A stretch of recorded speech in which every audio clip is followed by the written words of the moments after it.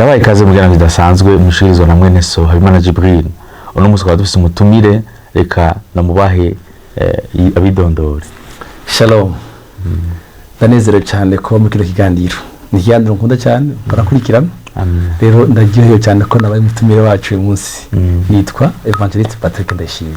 Yesu abahezagire. Amen, amen, amen. Uno munsi rero Imana twashyize ku mutima wacu ijambo rivuga ngo inyungu dukura mu gusenga. Mbere yuko tuvugana muri kuvyerekeye inyungu dukura mu gusenga, nagomba ndamusabe umuntu mushitsi wacu aturongore mu masengesho kugira ngo tugire rimwe muri kino kiganiro cy'amasengesho.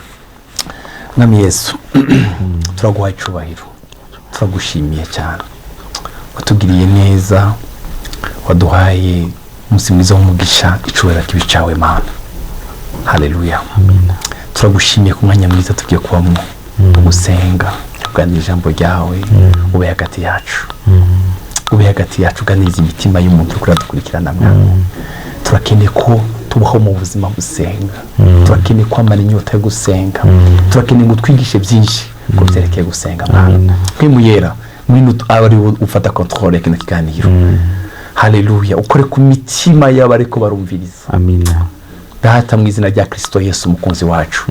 Turasenze ngo kino kiganiro kigira ubushobozi nka kwa kundi ubutumwa bwiza bwagize ubushobozi muri Efeso.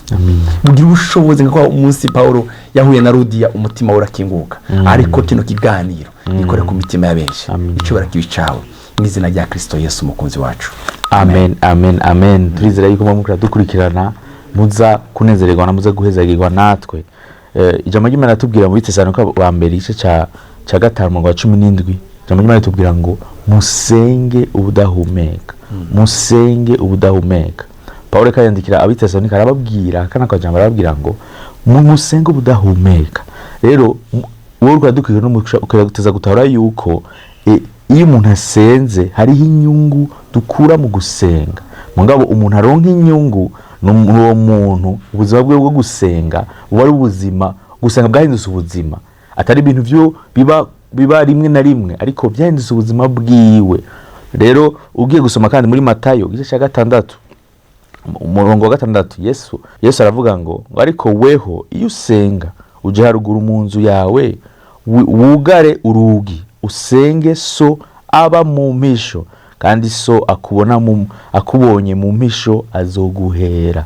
Yesu ariko yigisha abigisha bakabigisha ingene bakwiye gusenga, arababwira ngo mushaka gusenga mugende musenge so wo mu mpisho. Uri kwandukira no munsi ico Imana irifuza yuko wimenyereza gusenga, kuko gusenga hariho impera canke hariho inyungu zo gusenga. Rero ko dusabe Evangeliste Patrick atubwire rero mu majambo make bega inyungu mu gusenga. Urakoze cyane. Nariko ntegura kino kiganiro. Hariho verse yaje mu mutima wanje yanditse muri Marko igice cya 35 ivuga ukuntu Yesu ubwe yaje gusenga mu gatondo kare iwabo bavuga muri Israel ko hakanye cyane, mugabo muri ijoro rishira ubuca yaraje gusenga kuko yarazi ko hariho imbaraga ze. Muri Luka akavuga ko yirwa yigisha ngira kaja kurara ku musozi. Amina, amen. Daudi iyo aravuga ngo ico saba uhoraho ni kimwe kandi nisonzo kwitwararika uko mu ngoro yawe. Amina, amen. Mu gitabo c'abami ariho verse kandi isome ivuga ngo abami ba mbere igice ca 8:58 aravuga ngo uze wumve gusenga kwawe uri mu ijuru ubaroranirize ibyawe. Amina. Hari byinshi byacu bitaroranye cyane gose birorana mu gihe tugiye gusenga. Amina, amina, amina. Paulo abwira Abafilipi muzo mugomba bimenyesha Imana mu gusenga no kwinginga bifatanije no mukenguruka. Amina. Ikintu ikintu ushobora kurungika muri future muri kazoza kikandindira amasengesho. Amina, amina. Amasengesho ndiko ndasenga no munsi ejo azombera protocol. Reka ndakubwira inyungu. Nari kuvuga nyinshi mugabo ndavuga 5 gusa kandi ndavuga nyarusa. Inyungu 5 dukura mu gusenga. Inyungu ya mbere dukura mu gusenga nibwo buryo buhanitse bwo kurwanya intambara. Amina, amina. turi mu isi dufise intambara impande zose. Satani aratugwanya, imibiri yacu iratugwanya, ni ukuvuga turakikijwe. Ikintu intambara, uburyo buhanitse bwo kurwana intambara no gusenga. Amina. Hariho igihe abakristo benshi cyangwa abandi bantu bahura n'intambara bakaja kuburana, bakaja icyo si solution.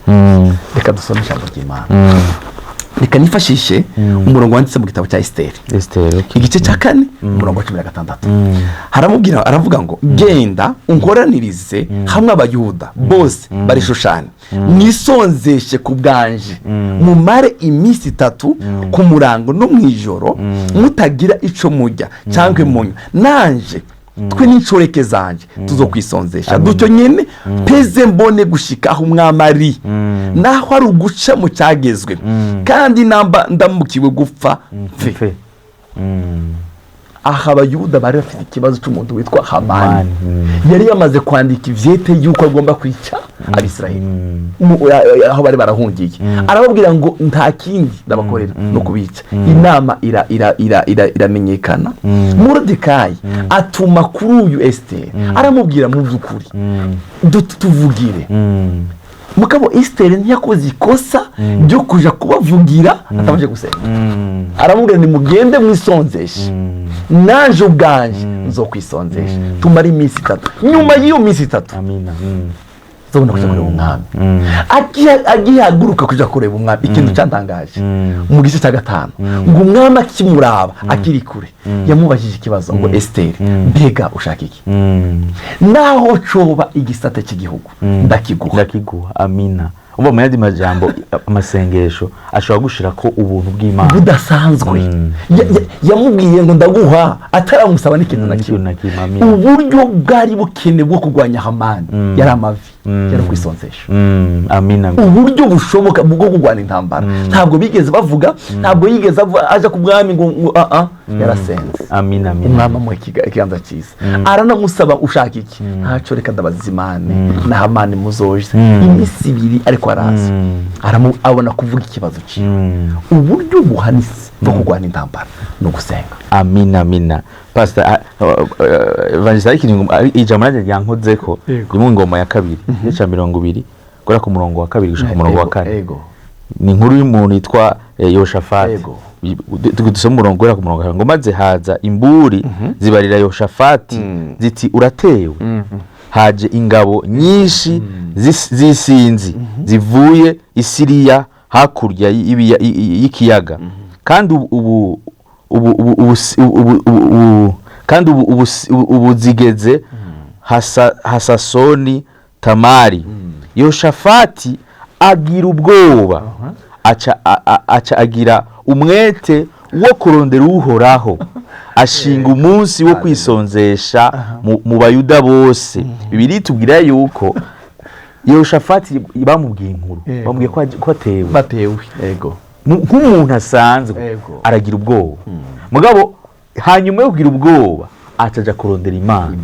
Ushobora kurukira dukira muri no mwanya wo kuradukirana, mugabo ugasanga hari makuru waronse, ntahandi hantu hari ubuhungiro bwawe, ntahandi hantu hari intsinzi yawe, ntahandi hantu hotuma uva muri ibyo bintu uri mukora camo atari kurondera Imana. Bibiri tubwira yuko Yehoshafati ngo nubwoba bwiwe bwose ngo ahungira kuhoraho. Umurongo wa 14 no wangiwe paza uvuga ngo maze mwe muhoraho aza kuri Yaziyeli. Yaziyeli bacha bavuga umuryango gakomoka. Umurongo wa 15 aravuga ati Yaziyeli aravuga ati nimutege amatwi yemwe bayuda mwese namwe baba i Yerusalemu, nawe mwami Yehoshafati ruraje gusenga azana n'ubwoko bwose, Imana ikiramwishura ngo nawe mwami Yehoshafati uku ni kuhoraho hagize ati ntaco utinya cyangwa ngo uranduke umutima ku bwayo masinzi y'ingabo, kuko intambara atari yanyu ariko ari y'Imana. Ikintu kimwe abantu benshi bakwiye gutahura nuko ugusenga kuragushira ahantu Imana ikugwanirira. cyane gose ubwire no kunasoma ngaho munsi Yego. Imana yarababwiye n'ingene bazotsinda iyo ntambara mu yandi majambo gusenga uyu usenze Imana iranashobora kwereka n'ingene ushobora kuva mu kibazo urimo Yego. abantu benshi rero banka gusenga kandi gusenga ariho hari nyinshi Yego. ibibazo byabo sinzi kubicuruza bivuga ko uburyo bwo kurwara intambara no gusenga Amin. Yehoshafati iyo avuga ngo reka nje gutora ibigwanisho ije gutega abanzi akishimira inkomezi yaratsinzwe ariko gupfukama kwe no kurondera Imana kwe nibyo byamuhaye intsinzi. Amin, amin. Dawudi hari umurongo yavuze mu gitabo cya Samweli aravuga ngo umunsi umuhungu we yatwaye ubwami yatsambuye ubwami yitwa Absalomu atwara umugabo yari konseye akomeye cyane wa Dawudi witwa Ahitofeli ngo inama za Ahitofeli bazemera kizivuye ku Mana. Dawudi akora ikintu cyiza arasenga aravuga ngo Mana uhindura ubusa inama za Ahitofeli kandi Ahitofeli yari yahejeje kubwira Absalomu inama yo kwica Dawudi plan nziza ariko Imana iburizamo kubera isengesho haza uwundi mugabo witwa Abushayi amuhinduza ibyo byavuze kubera iki yari Dawudi yari yasenze yari yavuze ngo uyu muhungu Ahitofeli ko ajyanye na Absalomu ndashaka kugira ikibazo. Gusenga nibwo buryo buhanitse bwo kurwana intambara cyane gose. Reka ndakubwira akandi karorero abakristo ba Mose bafata Petero cyane gose. Amin. Bamaze gufata Petero Herode yari yapfuye nani Yakobo yari Herode yarishe Yakobo bamaze gufata aravuga ngo reka niyongeze Petero bihurirana n'isabato abakristo ngo baje hamwe bahuza umutima n'inama igice cya 12:5 batakambira Imana bakawisha barabwira Imana ngo Mana Herode ntapfa ari hagati y'abasoda 16 mu frebe n'imigozi bafunzwe marayika y'amasengesho arazamuka agera ku Mana amasengesho yabera arazamuka agera ku Mana marayika aramanuka asenyagura ya migozi abwira Petero ngo haguruka.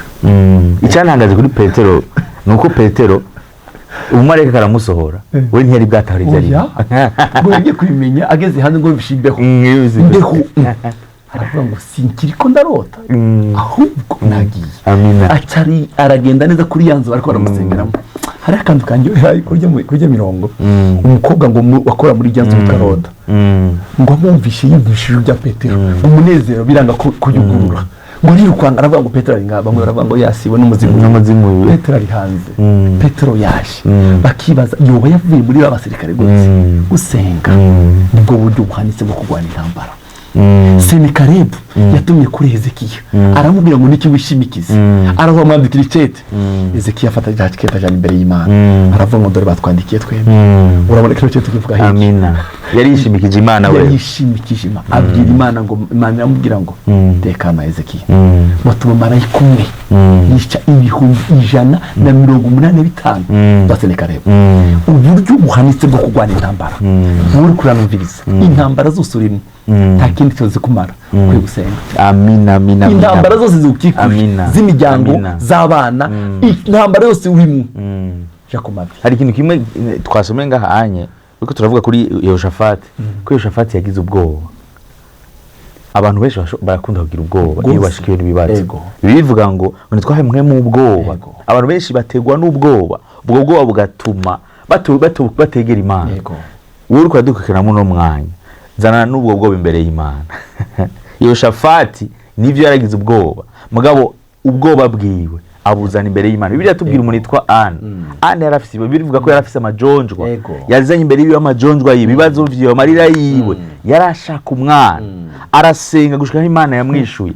Ushobora kukuradukana no mwanya ukaba umaze igikusengera umwana ntaco bitwaye igihe umaze gukora bisengera gumuza imbere y'Imana nturambigwe. Yesu ngo yigisha ngo abigisha biwe gusenga ngo batarambirwa muri gice cya 18 nawe uno munsi agomba guhimiriza yuko ugusenga ukurondera Imana aje uri kurasenga ngo kurata umwanya Imana iri kumva amasengesho yiwawe kandi Imana dusenga ni Imana yishura amasengesho yacu.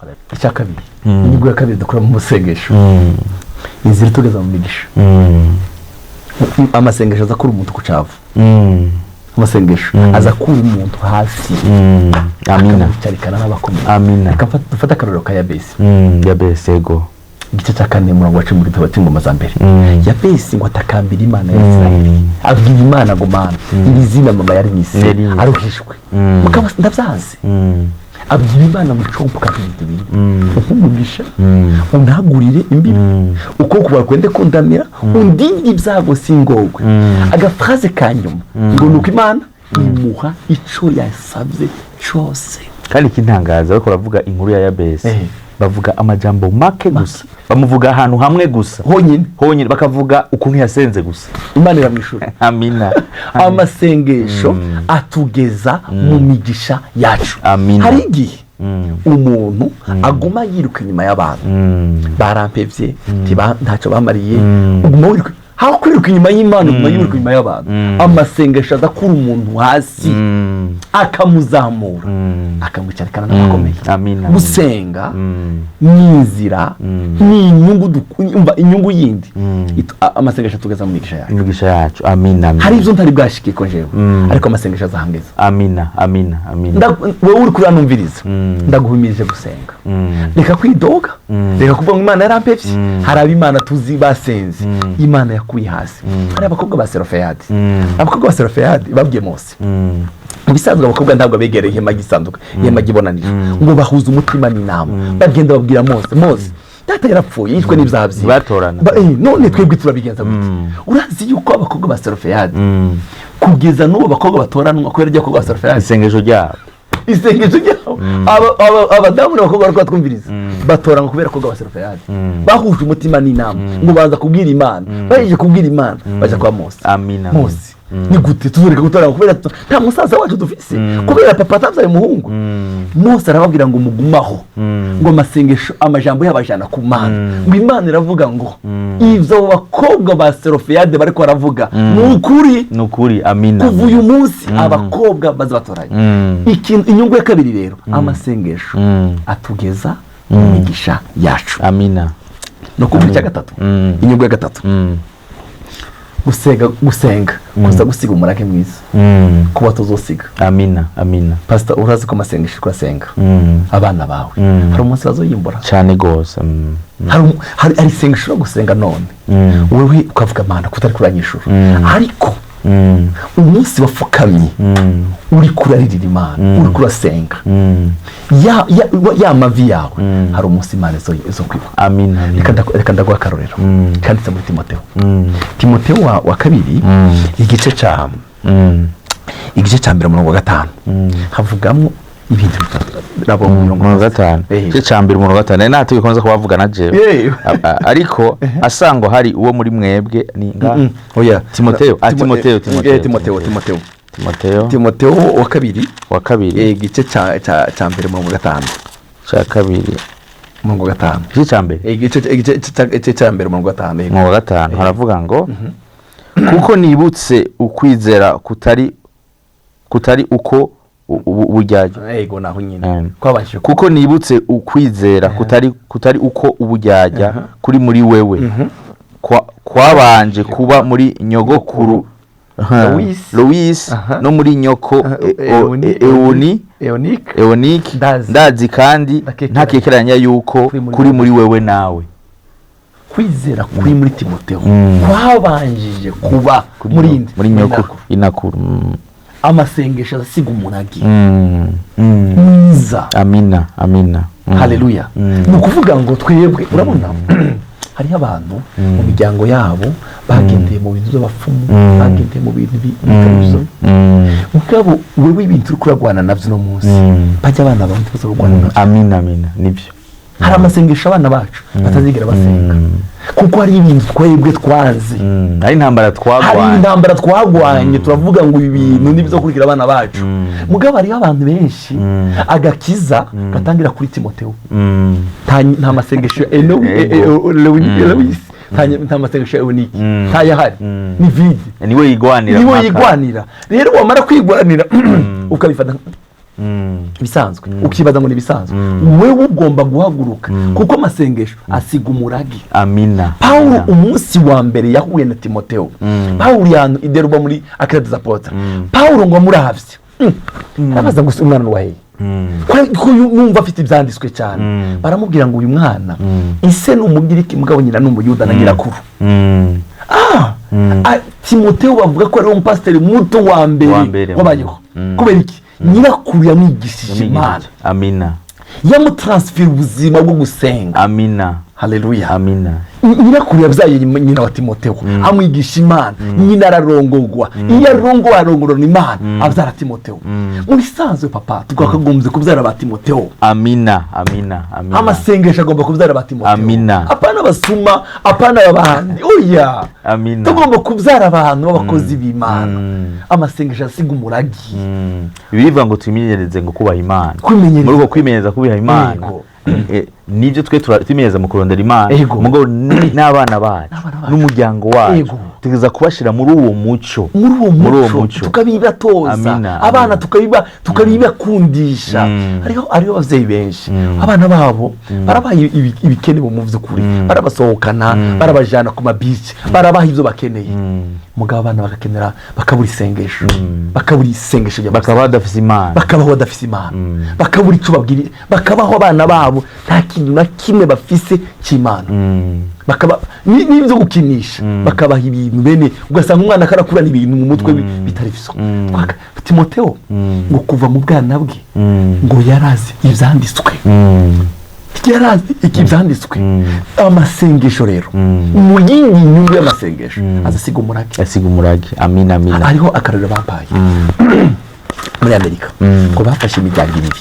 Yego nakaza akarero kazi urakazi bafata imiryango ibiri baravugana ngo reka turabe muri no miryango imyaka 100 niki cyabaye abari bakijijwe n'abadakijijwe. Urumvisha ukuntu bajya abantu barajya imiryango ikijijwe ngene babaye abantu badasanzwe abandi ijya imiryango idakijijwe babaye abantu basuma abadroge abantu bagize kubera iki nta buzima bw'Imana bwari wabo. Amina. Amina. Yesa gumugisha. Jari umurongo uri muri kuva 33 umurongo wa 11 wamunkora ko gose. Yego. Bibiliya avuga ngo uhoraho akiganira na Mose imbona nkubone nkuko umuntu aganira na mugenzi we. Yego. Ngo maze Mose agasubira aho basagaje. Yego. Ariko umufasha wiwe Yosuwa mwene Nuni w'umusore ntiyava kuri iryo hema. Yego. Ukorera ubuzima Mose karatwaramo uno Yosuwa Mose yabana n'Imana. Birivuga ko yavugana n'Imana amasomo yawe. Yari afise ubucuti nayo. Yego. Rero ivyo bakora avuga yuko ugusenga kuzana umurage. Yego. Usiga umurage. Nivyo Yosuwa ntiyari umwana wa Mose. Mugo yari umwigishwa wiwe. Yego. Uko ukorera ingene Yosuwa yahavuye atwara ihanga. Urabona ko bitigeze atari ibintu byizanye uko nyene. Byazanywe n'ubucuti yigishijwe bwo kubana n'Imana. Rero ushobora kuradukana muno Mose kugiranira ubucuti n'Imana, kugirana imigendera n'Imana, gusenga. Yashaka hari ibintu bikubika gutegurira imbere kose ugasanga hari uburongozi hariho aho Imana ishaka gushikana mugabo wowe ntahuzi ivy'Imana ikiragutegura bw'ibyo arizo kujana. Rero nukwemera ko Imana igutwara mu buzima bwo gusenga. Nibasaka ndukabona nasonye mu gitabo cya Rick Warren. Yaravuze ngo ari igihe mu ijoro avyuka akaje kuri abana biho baryamye akabona barasinziriye agashima Imana agafata Bibiliya ijambo ry'Imana agatangira guprofetiza kuri bajya abana barasinziriye ariko ijambo ababwiye ntiribora imbuto ariko arabiba ntabwo iri kwirabora.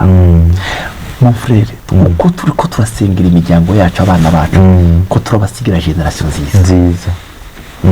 Uzorabe ari abantu imiryango yabo badasenga imiryango yabo byo gusenga bavuga ngo muri byo abantu baraho mugabo uzokurikira ubuzima bwabo barangiza usanga ari madesordre abana batwara amada ugasanga ubuzima bwishe ugasanga abandi bana babayeho mu buzima bw'umukene ariko bafashe Imana. Amina. Ejo biko bibakingurira imiryango abandi basigiwe amazu yamazu barayagurisha bajya abana barakena abandi batari bafise ikintu na kimwe uyu munsi n'abana. Amina. Amasengesho azagira abana kandi akubwira ikintu cyakane inyungu ya kare dokura mu masengesho amasengesho atatu igikundiro. Amina. igikundiro cy'Imana kiva mu masengesho. ndaguha uturere tubiri. Nehemiya amaze kumva amakuru y'iwabo, ikintu cya mbere yakoze cyagiye kubwira umwami, yagiye gusenga, arapfukama, arasenga, arabwira Imana. Ahejeje gusenga, akigera imbere y'umwami, umwami aramubaza, Nehemiya ko utameze neza? Aramubwira ngo nufishe amakuru atameze neza iwacu. Umwami aramubwira, niki gisabwa? Haleluya. Ngo muhice icyo akeneye cyose, ngo iheshejwe n'ikiganza cyiza cy'Imana kiri kuri we.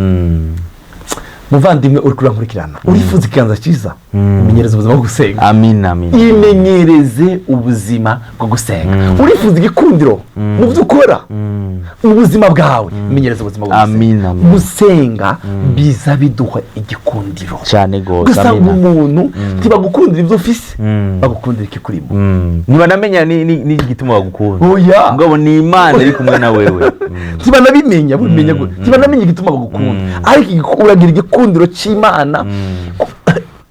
Ari ikintu Nehemiya Imana umwami yamubwiye ngo Nehemiya, none urifuza kushana iki? Ndifuza kushana icyete.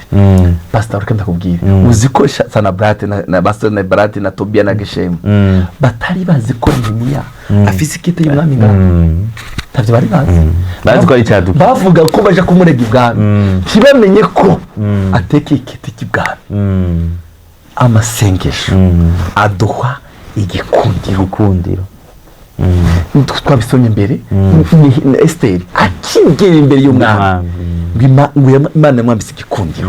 Umwami aramubwira ngo ndaguha icyo ushaka cyose. Kubera iki? Igikundiro cy'Imana cyari kuri we. Amina. Inyungu dukura mu gusenga turakura mu gikundiro. Amina, amina. Imana iri kwambika ubwiza bwayo, uburyo abantu bumva abantu bakaryoherwa no kwicarana nawe, bakaryoherwa no kubana nawe. Kubera iki? Hari igikundiro. Amina. Cy'Imana. Amina. Ku buzima bwawe. Amasengesho asenya akarimbi washingiwe.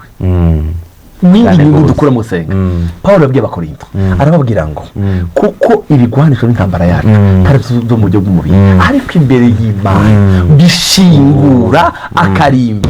Hari akarimbi kari imbere yawe, hari byo Satani yagushingiye, haguruka usenge. Udasenze. Amina. Iyo umuntu adasenze yarashingiwe kariyongera. Umva uruzitiro ruriyongera, baguma bubaka bakwegeza inyuma. Nimba wifuza, nimba ari akarimbi uriko urabona imbere yawe, hari igihe ushingira akarimbi k'amafinanza, akarimbi ko kwaguka ikigo, ugasanga ubuzima bwawe buragoswe. Haguruka usenge. Naho turi n'umubiri titugwana mu buryo bw'umubiri, ariko imbere y'Imana ibigwanishwa byacu niki? N'amasengesho n'ijambo ry'Imana. Hari umuntu wakunda muri yo Papa Pastor uvuga ngo Imana izayimura imisozi ntibimenye. Amasengesho azayimura imisozi ntibimenye. Urifuza ko imisozi iva imbere yawe, imenyereze ubuzima busenga.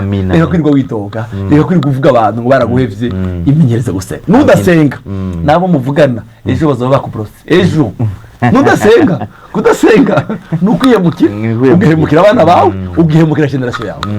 Amina. Amina, amina, amina. Ndize ko no mwanya wabaye umwanya mwiza, ndize yuko hari ibyo mwatahuye, yuko ugusenga hari inyungu bizana mu buzima bwacu. Rero ngo dufate umwanya gusenga. Evangeliste Patrick araza kudufasha umwanya gusenga, asengere abantu bari bafise uburimbi, ubwo doje kubivuga. Asengere n'abantu abandi bantu bafise ibibazo bivanye nuko kuntu baretse gusenga.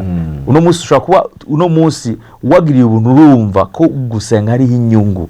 Reka uno munsi rero ufata ingingo yo kugendana n'Imana, ukaba warabivuyemwo, ukaba waraguye uno munsi kubera umunsi wo guhaguruka, uno munsi kubera umunsi wo gufata ingingo yo gusubira kugendana n'Imana. Reka tumuhe Pastor asengera abo bantu amatuza gusengera mu nyuma bagwaye. Reka ndababwire, wewe tugiye gusengana, ufata umwanya gusenga kandi usenge wizeye. Ntidushobora kwemerera Satani ko adushingira akarimbi. Muri Luka uvuga ngo umunyekomezi yafise ibigwanisho ugatamira urugo rwiwe w'amahoro cyane ngo yafise ibigwanisho. Hari igihe Satani agatwaka ibigwanisho agasanga twuba twizungurukaho. Ngiye kugusengera Imana isenye ako karimbi Satani yagushingiye. Amina. icyo kintu kikubuza gusenga ni umwansi wawe. Umwansi wawe ufise nico kintu kikubuza gusenga. Reka ndagusengera. Data mu izina rya Kristo Yesu, turumvise yuko hari inyungu dukura mu buzima bwo gusenga. Nibwo buryo buhanitse bwo kurwana intambara, nibwo buryo buhanitse nico kitugeza mu migisha yacu. Amasengesho yavuze Paulo, naho turi n'umubiri tugwana mu buryo bw'umubiri, kuko bigwanishwa by'intambara yacu atari zo mu buryo bw'umubiri, ariko imbere y'Imana bifite ubushobozi bwo gushingura akarimbi. Ndashinguye akarimbi kashingiye abana b'Imana mu izina rya Kristo Yesu. Haleluya. Arigeze Satani adushingira uturimbi hirya no hino mu mafinanse yacu, akagushingira akarimbi ko gukingwara ubuzima budasa. Turasenya utwo turimbi duhagaze mu bushobozi bw'ijambo ryawe Mana. Yeremiya yaravuze ngo waduhaye ubushobozi bwo kurandura, gusenya, gukomvomvora, gukuraho. Haleluya. Turasenya ikintu cyose kitatewe n'umwami. Yaradinze ijambo ryiza cyane Matayo, aravuga ngo ikintu cyose umwami Imana atateye azokirandura. Turaranduye akarimbi kose Satani yashingiye abana bawe. Uyu munsi dutahuye yuko ari inyungu mu gusenga. Iki kintu kibuza abana b'Imana gusenga, iki kintu kibuza umuntu wese kuranumviriza gusenga, iki niwo mwanzi wiwe. Iki ndagisenye ku buzima bwiwe Mwami. Duhinzara n'inyota byo gusenga. Yaravuze bene Kora bararirimbye baravuga kurya imbongokazi uguzaga zirondera imigezi. Niko umutima wanje uguzaga ukwifuza Mana. Duhe umutima ufite Imana inyota, dufite duheze imitima inyotewe wewe mu izina rya Kristo Yesu. Uduhe Mana kuba ku beneficia. Yaravuze ijambo rya Yeremiya, ijambo ryiza, arabomba magana ndakwitaba kwereka ibihambaye n'ivyikinzo twari bwabone. Hari ibyacu byikinze, ariko amasengesho yacu Mwami arashobora kubitkuha tukabigenderamo mu izina rya Yesu. Girira neza abana bawe, uturimbi Satani yabashingiye turadusenye ku buzima bwabo mu izina rya Kristo Yesu Mwami wacu. Amen. Amen. Amen. Ushobora kuba tukira muri mwanya ufise ingwara, tubasha gusengera ingwara ufise, kandi turizera ko Imana yacu ishobora kukiza uko yaririkira n'ubundi kwiri kufata ahantu gwaye, hama wizere ko Imana yacu ari Imana ikiza. Data mwiza twakwese muri aka dukurikirana Data mwiza, ijambo ryawe rivuga Mwami kubishaga bawe twarakiza ingwara Data. Mwami ndasengeye umuntu Mwami ahagwaye hose, Mwami hafashe Data, ndasenze mu izina rya Yesu Kristo Data, uri kararibwa mu nda Mwami yakira gukira mu izina rya Yesu Kristo Data. Uvise amatwi Mwami yumva ari karaziba Mwami, twasenze mu izina rya Yesu Kristo yakira gukira Data. Uri Mwami uri kararibwa umutwe Mwami, ugwaye umugongo, twasenze Mwami yakira gukira mu izina rya Yesu Kristo Data. Ingwara yose Mwami iri mu maraso Mwami, iri Mwami ubare afise ku maguru Mwami, ubare bwose afise umuntu karadukurikirana Data, tumara twegukira mu izina rya Yesu Kristo Mwami. Ugwaye ariho hose Mwami, ugwaye umutima Mwami, ugwaye diabete Mwami, ugwaye ingwara ariyo yose Data, turizera kuri Imana ikiza, turizera kuri Imana ibohora Mwami. Turasenze mu izina rya Yesu Kristo yakira gukira, ubare bwose buzimangane Mwami, abe muzima mu izina rya Yesu Kristo. Urakoze tameza kubugiriye neza, tameza kububohoye, tameza kubugendereye, kubucirizira, iminyoro yari baboshi barekuye. Urakoze tameza ko wiyerekanye, tubise tuvyizera mu izina rya Yesu Kristo. Amen. Amen. Amen. Dize kuno mwanya wabaye umwanya mwiza w'ijambo no gusenga. Reka ndamuhe pastor avuga akajambo kanyuma imbere yuko turangiza. Ikintu cyanyuma no babwira, ndabifurije ubuzima bwo gusenga. Amina. Ndabifurije ubuzima bwo gusenga. Yaravuze ijambo ryiza navuze muri Zaburi ya 22 ku mutima wanje ubwira Imana njya ndakwifurije gutunga umutima unyotewe Imana. Amina. Izindi nyota zose zikuremo mugabo ubwira umutima unyotewe Imana. Yesu abahezagire cyane. Amen. Amen. Amen. Nkuko nkunda kubivuga ukaba ugiye ko radukurikira, hariho icyo Imana yagukoreye biciye mu ijambo ry'Imana, biciye mu masengesho. Twandikwize muri cyo munsi udushinge nayo by'Imana ikiragukorera. Abantu benshi Imana yagiriye neza baratwandikira dushinge naho bibakijije, abo yabohoye, abo ari amadeni. Nimba uri muri bo nawe utwandikira nimero kwize muri cyo munsi, ukaba naho ufise umutwaro utwandike na kuri izo nimero z'ano munsi dufatanye gusenga. Turamaze kubona nk'uko nkunda kubivuga abantu benshi badutuye imitwaro tugasengera hamwe Imana yishuye. Rero ndizera yuko uko yabigiriye abandi nawe ariko izobikugirira naho butare mu kindi gano nk'aya mango. Imana ibane namwe.